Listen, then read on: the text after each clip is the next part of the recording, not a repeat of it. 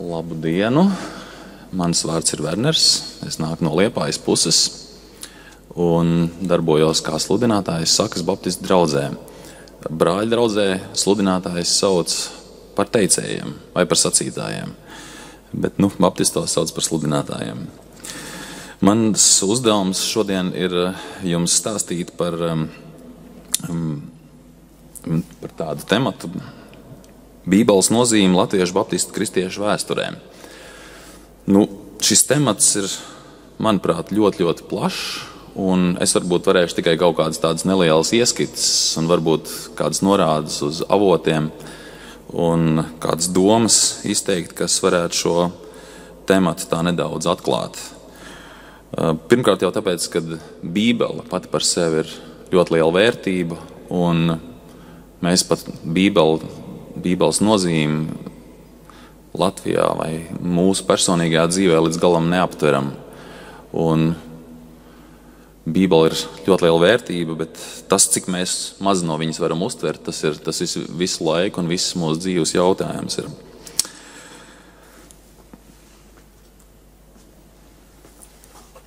Pirmkārt, es gribētu teikt, ka Bībele ir Eiropas un visu mūsu tautas un visas rietumu kultūras stūrakmens. Tāds apgalvojums, un es mēģināšu varbūt bišķīt par to paskaidrot arī. Ernsts Johans Gliks 1689. gadā pārtulkoja Bībeli latviešu valodā, un tādēļ mūsu tautā šī dievišķā grāmata ir pieejama. Un tas ir nenovērtējams dārgums, un šis dārgums ir iespaidojis mūsu izpratni par dzīvi, par dzīves jēgu, par glābšanu, par mūžību, par cilvēku savstarpējām attiecībām šeit, virs zemes dzīvojot. Un pedagogs un dzejnieks un literatūras kritiķis Teodors Zēferts ir teicis šādu apgalvojumu. Bībele ir vecās latviešu rakstniecības stūrakmens. Viņas saturs noteica tautas tālāko garīgo attīstību. Un tiešām tā tas arī ir, kad mūsu tautā ienāca Dieva vārds. Tas deva ļoti lielu pamatu. Pirmkārt, cilvēka paša izpratnē par sevi, par attiecībām, par Dievu, par mūžību. Un tas iedeva pamatu arī kultūrai, rakstniecībai, mūzikai, draudžu veidošanā. Un tas deva arī tādu mērauklu mūsu izpratnē. Gribu izteikt arī tādu apgalvojumu, ka Bībele paskaidro pati par sevi, jo tā ir Dieva atklāsme mums. Un liekas, ka varētu pietikt arī tikai ar Bībeli vien, un mums būtu ko klausīties, lasīt, pārunāt par to, kas ir Bībelē rakstīts. Un Bībele paskaidro pati sevi. Bet arī pašā laikā mūsu izpratni par Bībeli iespaido arī citi faktori. Un viens no šiem faktoriem ir ļaudis, kurus mēs satiekam, kuri jau ir ar dzīves pieredzi, kuriem ir savu izpratne, savu attieksmi pret Bībeli. Un dažreiz tas var traucēt mums izprast Bībeli, kad ir kādi cilvēki, kas mēģina to mitoloģizēt vai demitologizēt vai aizskaidrot projām to, ko Bībele runā pati par sevi. Bet dažreiz cilvēki, ar kuriem mēs satiekamies, mums var palīdzēt, tāpēc, ka viņi ir dziļāk sapratuši Dievu, dziļāk sapratuši dievišķo atklāsmi, kas ir Bībelē. Un gan senatnē tā tas ir bijis, gan arī šodien tā tas ir.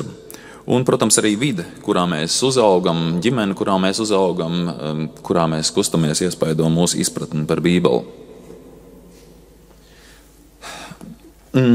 Mans uzdevums bija stāstīt par latviešu baptistu kristiešu izpratni par Bībeli vai Bībeles nozīmi viņa dzīvē un kristiešu vēsturē. Baptistu kristiešu kustība iesākās ar kādu luterāņu dievbijīgu, pietistiski noskaņotu skolotāju, kurš darbojās Kurzemē tādā mazā ciematiņā Zirās. Mihails Hamburgers ir viņa vārds, tur viņa dzīves dati arī pieminēti. Šis cilvēks, nevarētu teikt, ka viņš būtu ļoti ietekmīga personība, bet viņš bija ļoti iespaidīgs vai ietekmīga persona to jauniešu dzīvē, kas apmeklēja Ziru skolu. Šis skolotājs bija beidzis Irlavas skolotāju semināru, mācījies tur, un manuprāt, tā bija viņam pirmā darba vieta. Un tur barons Drahenzels bija aicinājis viņu uz Ziru ciematu, un viņš 2 gadus tur mācīja vietējiem zemnieku bērniem, pusaudžiem, visas zinības, kas tajā laikā bija, izmantojot Stenderu pusbībeli un citas materiālus, kas bija pieejams, un viņš arī izmantoja bībeles tekstus, likt mācīties no galvas šiem bērniem, atprasīja tos, diktātus rakstīja, mācīja rakstīt un lasīt un citas lietas. Bet tādā pašā laikā viņš bija arī kā mentors vai kā audzinātājs tiem bērniem viņa savstarpējās attiecībās arī. Un viena lieta, ko šie bērni ievēroja, ka šis cilvēks, šis skolotājs, viņš lasa bībeli un viņš lūdz Dievu. Un viņš tiem zēniem, tiem jauniešiem, kas tur bija, viņš ieaicināja viņus arī šajās sarunās par bībeli un arī aicināja viņus kopā lūgt Dievu. Un viņš lūdz Dievu nevis pēc tādām rituālām lūkšanām vai pēc lūkšanu grāmatām, bet viņš mācīja šos jauniešus lūgt Dievu, teikt Dievam no sirds to lūkšanu un to vajadzību, ko tu šajā brīdī apzinies savā dzīvē, kas tev ir svarīgi. Teikt Dievam to, ar ko tavs sirds ir norūpējusies vai kādas nastas tu nes. Un šī cilvēka personīgais iespējas ļoti iespaidoja šos jauniešus. Un tie bija zemnieki bērni, vienkārši cilvēki, un viņš mācīja, izejot no savas dievbības, savas pieredzes dzīvē, viņš mācīja viņiem būt dievbīgiem. Tur izveidojās pēc šī skolotāja 2 gadu darbības, viņam bija jāiziet tālāk, viņš uz citām skolām, tur pārcēlās uz Medzi, uz Planicām, pie Kuldīgas, uz Dinsdurbu, pēc tam bija. Bet pēc šī skolotāja 2 gadu darbības tur izveidojās tāds patiesības meklētāja pulciņš. Viņi apmeklēja dievkalpojumus parastajā luterāņu baznīcā, bet viņi pulcējās līdzīgi kā brāļi, pulcējās Sajiešanu namos, viņi pulcējās ap Ernstu Eglīti. Tur stūrī jūs redzat viņa fotogrāfiju, viņa saglabājusies. Diemžēl hamburgeru fotogrāfijas nav saglabājušās, un vēl citu cilvēku fotogrāfijas nav saglabājušās. Bet Ernsts Eglīts bija tas cilvēks, kur visvairāk nodarbināja šis dievbības jautājums. Viņu nodarbināja morāls jautājums, ētikas jautājums, nodarbināja par to, kāpēc cilvēki dara netaisnības un kāpēc ir kādi, kas tiecās pēc taisnīguma. Un viņš pulcināja ap sev šos dombiedrus, kas sarunājās par Bībeli. Viņi lūdz Dievu, viņi lasīja, viņi atturējās no netikumiem un palīdzēja viens otram praktiskajā dzīvē. Viņi svinēja svētdienu. Un viņi uzturēja arī kontakts ar šo skolotāju, kas bija aizgājis uz citu skolu strādāt, citā skolām. Un šis skolotājs, kas bija Zirās bijis, viņš rakstīja rakstus latviešu avīzēs. Tajā laikā tas bija laikraksts, kurš iznāca un tika izplatīts Latvijā. Un no šiem rakstiem, kas ir saglabājušies, pateicoties tagad tehnoloģijām, viņi digitalizēti, viņi pieejami arī ir Nacionālā bibliotēkā, tajos fondos, datubāzē. Un es atradu dažus no šī skolotāja hamburgera rakstiem. Tie varētu būt kā avoti, kas palīdzētu saprast, ar ko bija nodarbināts šis skolotājs, ar ko viņš dalījās ar saviem skolniekiem, ar kādām idejām, garīgām, likumiskām idejām. Un es gribētu dažus no šiem rakstiem jums izlasīt.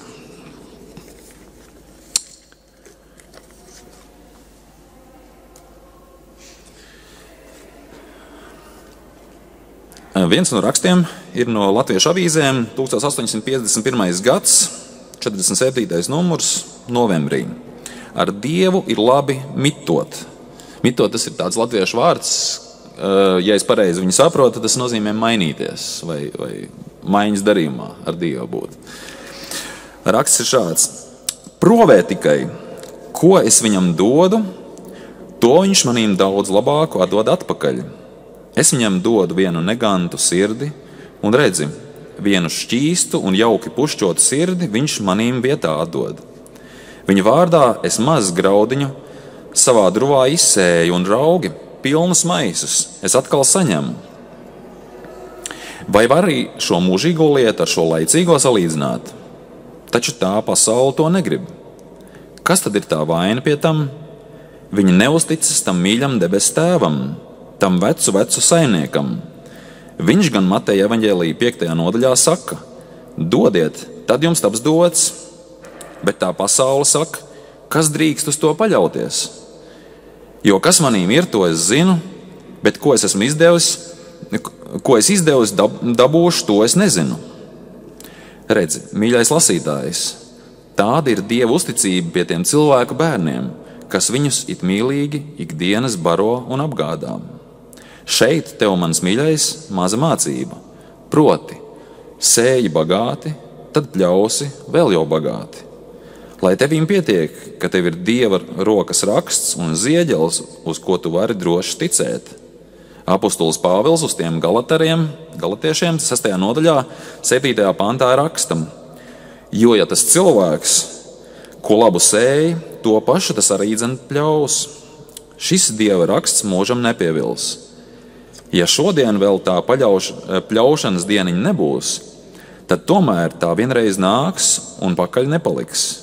Ja tu to arī šeit būdams nesagaidītu, tad viņā mūžā dabūsi. Mihails Hamburgers tā raksta Latviešu avīzēs. Es ceru, ka neskatoties uz veclaicīgo latviešu valodu, var uztvert to domu, ko viņš norāda uz svētajiem rakstiem, un viņš norāda uz to, ka cilvēkam ir kaut kas jāsēj, un paļāvībā uz Dievu viņš var cerēt, ka viņš kaut ko pļaus, un viņš arī to sasaist kopā ne tikai ar zemniecību, ar lauksaimniecību, bet viņš saist to arī ar garīgo pasauli. Ja tu sēji kādas likumiskas un morālas vērtības, tu vari cerēt tās arī pļaut atpakaļ. Šie raksti mums sniedz ieskatu par to, ar ko šis skolotājs iespaidoja savus skolniekus un uz ko viņš vedināja. Nākošais raksts saucās Nezins ar 2 N. Nezins, Latviešu avīzes 1851. gads, 24. numurs, tas ir jūnijā rakstīts. Un tas Nezins ir tiešām nelietājams, jo viņš ir arī pie mums iekš Saraikām, tas ir maziņš ciematiņš Kurzemē, pērn atskrējis un vienam saimniekam klētes grīdu apakš apcirkņiem izurbis un no labības labu tiesu izlaidis. Pats projām aizbēdzis, un šodien vēl viņa pēdas nav atrasts. Pēcāk viņš vienam saimniekam rijā pie pampāļiem, tas ir kartupeļiem brāciņiem, bija ielīdis, pats gan neko nebija zadzis, bet tikai aiziedams durvis vaļā atstājis. Pavasarī pie mums pat laban liels saules bija un kādi 4 pūri pampāļi, kas pa virsu bija sasaluši. Pats bija atkal no tās vietas projām aizvilcies, bet viens vecs vīriņš, kas tur garām gājis un kādu puspūri pampāļu paņēmis, par to vainīgo pie tiesas tapa apsūdzēts. Un ko domājat? Nabadziņš caur šo bezkauņu nezinu tapa apstrāpēts. Kā viņu rokā dabūt? Ak, tas gan nemūžam nevar notikt. Viņš ir jau dikti vecs, un cik es māku rēķināt, tad viņam šis ir tas 5800. gads. Un ko būs man sacīt? Viņš ir briesmīgi liels slepkava. Ja tu man negribi ticēt, tad ņem rokā tavu bībeli, meklē 1. Mūzes grāmatā, 4. nodaļā, 9. pantiņā, tur tūdaļ atradīsi, vai es būšu melojis. Ja vēl netici, domājams tādā lietā, ja maz jau 2 liecinieki vajag, tad es tev saku, ja tu gribi daudz tiepties, tad es tevīm vēl vairāk varu uzrādīt. Bet mūsu cienīgs avīžu apgādātāja kungs vēlējās zināt, vai šis nezins sievišķis, ja vīrišķis esot. Tam atbildēs: cienīgs mīļais tētīt, šis nezins laikam nebūs viss viens pats, jo viens ir liels blēdis, bet otrs taisnis, itin patiesīgs un uzticīgs. Ko domājat, mīļais tētīt? Vai nebūs vesels pāris, vīrs ar sievu? Jo tas arvien tā gadās, ka vīrs ir godīgs un labs cilvēks, sieva atkal pati lielākā blēda. Un atkal sieva godīga, vīrs pats lielākais pestelis un negaudelis. Mans padoms pie tam ir šis, lai abi kopā stāv līdz pasaules galam. Tas kungs tad pats gan visus iztiesās un viņa rokā dabūs, kas mums nav iespējams. Pats gudrais un spēcīgais ķēliņš Salamans jau to tiešām būtu iespējis, ka tikai to būtu atradis labu esam. Mihails Hamburgers tā raksta. Mēs redzam, ka tajos rakstos ir dziļas likumiskas, morāliskas tādas problēmas paceltas, tur zakšana, tur vīrs sievu vaino, sieva vīru vaino, un tur kāds vecs vīrs, kas ir kaut ko nozedzis, un vēl kādi cilvēki, kas ir pastrādājuši kādas lietas, un viņš šajā stāstā mēģina likumiski un garīgi audzināt cilvēkus, kas lasa šo avīzi, un es saprotu arī, ka līdzīgā veidā viņš ir sarunājies ar tiem skolniekiem, ar kuriem viņš strādāja skolās. Izlasīšu vēl dažus tādus. Es ceru, ka nav pārāk garlaicīgi, es ceru, ka tas ir pietiekoši interesanti arī par to uzzināt, jo tas atklāja tā cilvēka gara dzīves pasauli, viņa iekšējo pasauli. Vispirmā nosarkšana.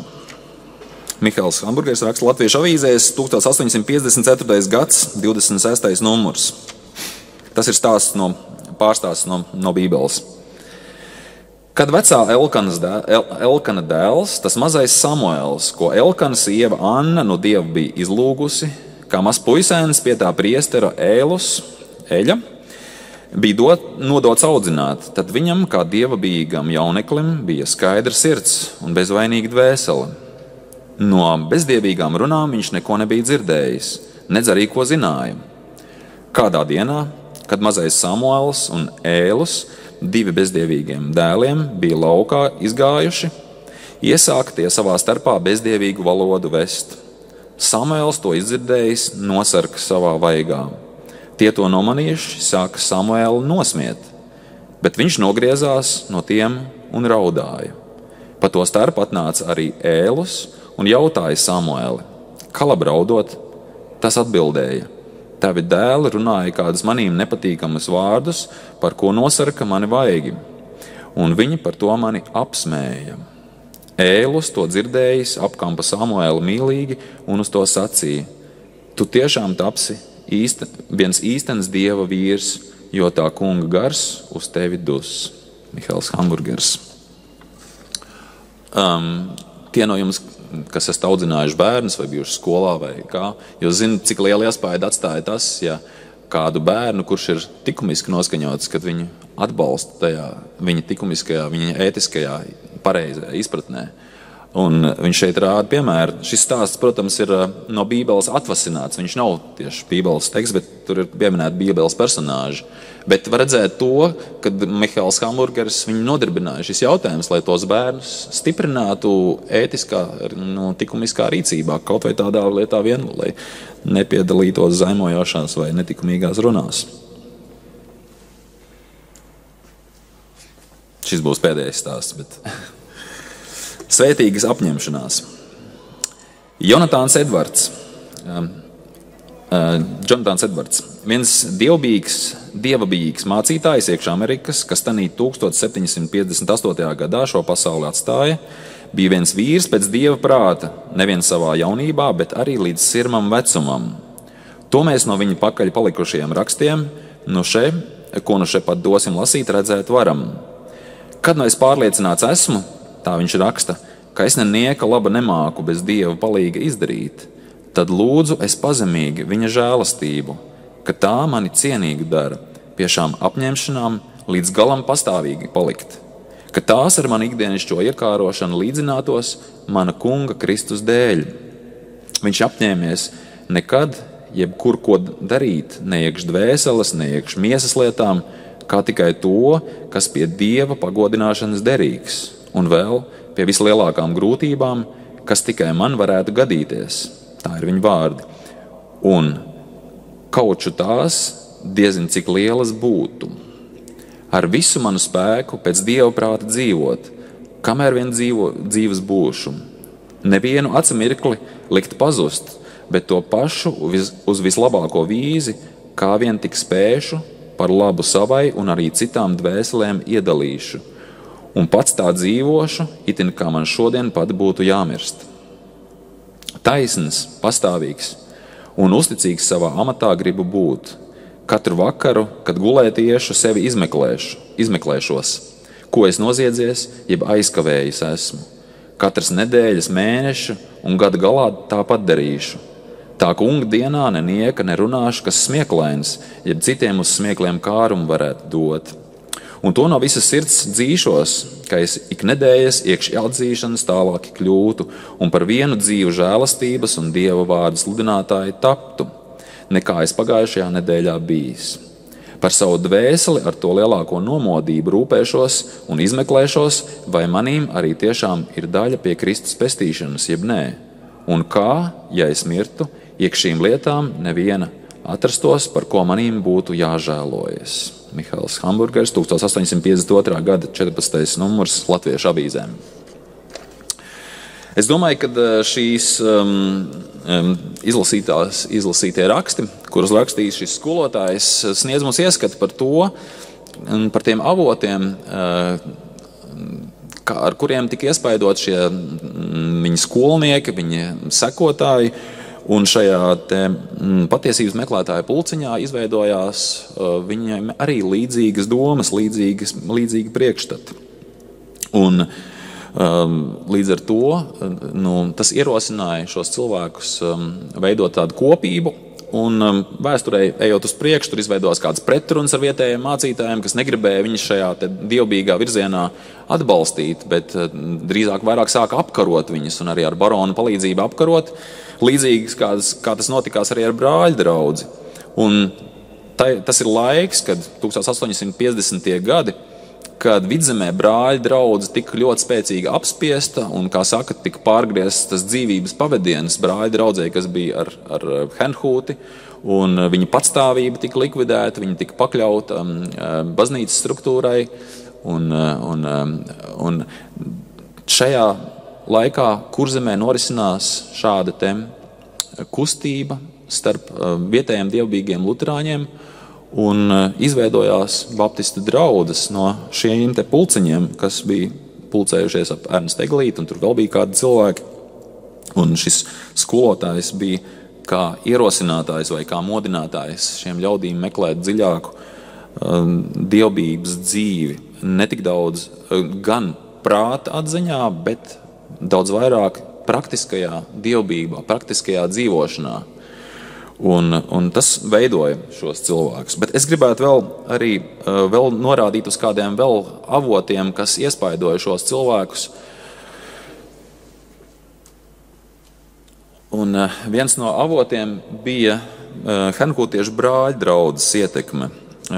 Šie cilvēki, kas Kurzemē dzīvoja, brāļu draudze Kurzemē attīstījās tikai 19. gadsimta beigās.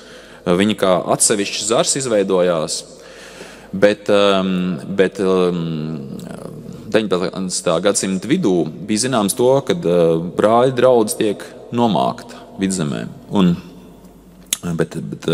Bet tas garīgais mantojums bija arī līdz Kurzemē atnācis, un Kurzemē tika lietotas Georga Loskiela dziesmu grāmatas sastādītā.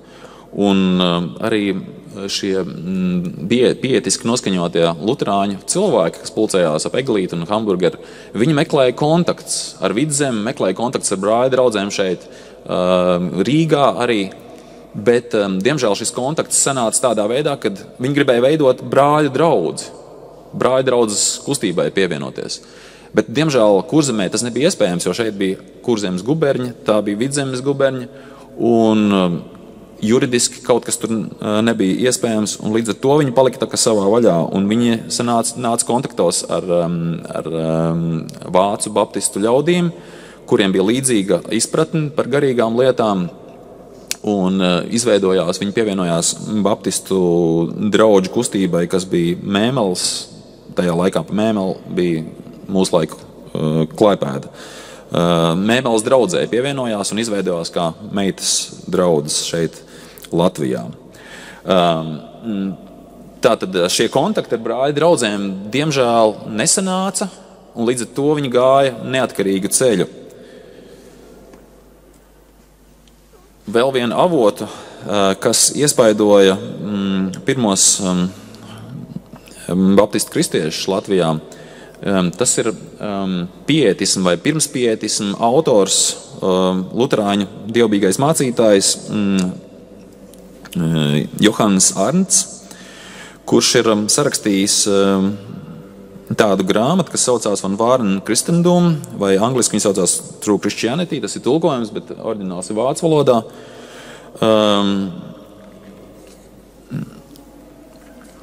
Tātad Johanns Arndts ir luterāņu mācītājs, teologs, pietismu priekštecis, kur grāmatas ir izdotas visās Eiropas tautu valodās, arī latviešu valodā tā skaitā. Viņa grāmatas raksturo valodas skaidrība, tautiskums un poētiskums, kā arī tiekšanās pēc praktiskas dievbības un tikumiem. Pēc Johanna Arndta izpratnes patiesā kristietībā saskanīgi saplūst ticība un dzīvošana, taisnošana un svēttapšana. Patiesa kristietība dzīvā vienotībā sauž protestantisku pareizu mācību ar garīgo pieredzi. Šajās grāmatās, šajā Johanna Arndta grāmatā bija līdzīgas domas aprakstītas, kuras iedvesmoja baptistu kristiešus pirmos viņu meklējumos. Lai gan Johanna Arndta grāmata nebija pārtulkota vēl latviešu valodā, tomēr Mihails Hamburgers, viņam bija liela bibliotēka, un viņš bija pazīstams gan ar Jonathan Edwardu, kas bija Amerikas kongregacionāļu sludinātājs un atmodas sludinātājs. Viņš bija pazīstams tāpat arī ar Johannu Arndtu un ar Špēneru un ar Halles cilvēkiem, ar Franki arī. Viņa darbiem un viņa uzskatus iespaidoja šie cilvēki. Bet es pieminēju īpaši Johannu Arndtu, tāpēc, kad pēc dažiem gadiem, kad izveidojās pirmās baptistu draudzes, tika izdota arī Johanna Arndta grāmata. Šī grāmata, viņa sastāv vispār no 4 lielām daļām, un pirmā daļa tika izdota 1867. gadā, kur pārtulkoja Heselbergs, mācītājs Heselbergs, tas ir luterāņu mācītājs, un izdeva Jānis Friedrichs Steffenhāgens ar dēlu viņa izdevniecībā. Un šī grāmata bija pieejama un lasām arī baptistu kristiešiem, un vispār Latvijā viņa bija pieejama, un cilvēki to lasīja, un tajā atrada sev pamatojumu un stiprinājumu viņa tajā izpratnē par to, ka kristietība nevar būt tikai teorētiska vai galvas ticība, viņai jābūt praktiskai un dzīvei. Un Johanns Arndts tieši par to runā, par praktisku kristietību, ticību un praktisku kristīgu dzīvi. Un es pieminēju arī šo grāmatu tāpēc, ka pēc dažiem gadiem, 1881. gadā, viens no baptistu sludinātājiem, mācītājiem, Jēkabs Rumbergs, sāka publicēt savā laikrakstā evaņģēlists otro grāmatu, Johanna Arndta otrā grāmatas vairākas daļas. Ne visu grāmatu, bet tur tieši par kristiešu vajāšanām un citām jautājumiem pieminēts ir. Un tas bija ļoti liels tāds arī stiprinājums, kas palīdzēja veidot baptistu kristiešu izpratni praktiskā kristietībā.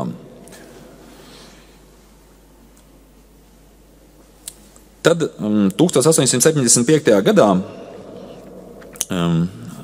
Mārtiņš Rīs pārtulkoja Johana Gerharda Onkena ticības apliecība baptistu draudzēm, kas bija sen pazīstama jau Vācijā, bet Latvijas baptistu kristiešiem nebija viņa pieejama.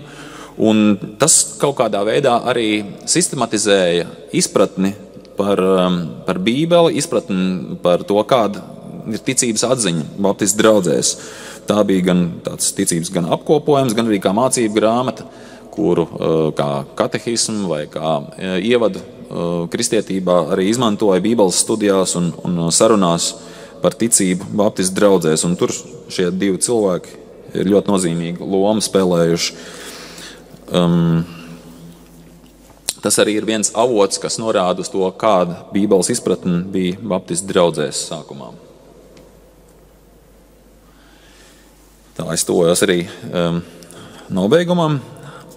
Un pirmkārt, gribu teikt, ka patiesības meklējuma un Bībeles lasīšana, kā arī saskarsme ar dievbijīgo skolotāju Mihālu Hamburgeru iekustināja latviešu baptistu kristiešu kustību Kurzemē. Un vislielāko lomu tajā spēlēja Bībele un dievbijīgi cilvēki, kas ievirzīja šo cilvēku izpratni par to, kā Bībeli pielietot praktiski savā dzīvēm. Un par cik mēs esam reformācijas svētku priekšvakarā, es gribētu arī tādu apgalvojumu izteikt, ka personīga sirds, domāšanas un dzīves reformācija, atgriežoties pie Dieva vārda pamatiem, šodien ir tikpat lielā mērā un savā ziņā pat vēl vairāk nepieciešama nekā tā bija 1517. gada 31. oktobrī, kad Luters pielika savus tēzes, pienagloja pie Vittenbergas pils durvīm, pilsbaznīcas durvīm. Un tas ir arī kā aicinājums šodien aktuāli pārdomāt reformācijas nozīmi, atgriežoties, kad Luters atgriez arī izpratni par garīgām lietām no tradīcijām, no baznīcas uzslāņojumiem un maldamācībām, atgriez atpakaļ pie tīrā Dieva vārda, kas kā mērauklu vajadzētu būt arī mūsu katra personīgai, garīgai izpratnei par dzīvi un par Dievu un par mūžību. Un gribu nobeigt ar sveicienu, kad vēlu Dievu svētību un reformācijas svētkos visiem dombiedriem, kas mēs šeit esam sapulcējušies, un arī tiem, kas varbūt klausīsies to, kas ir ierakstīts. Paldies par iespēju šeit būt Gintam un Evaņģēliskajai aliansei. Paldies jums arī par uzmanību.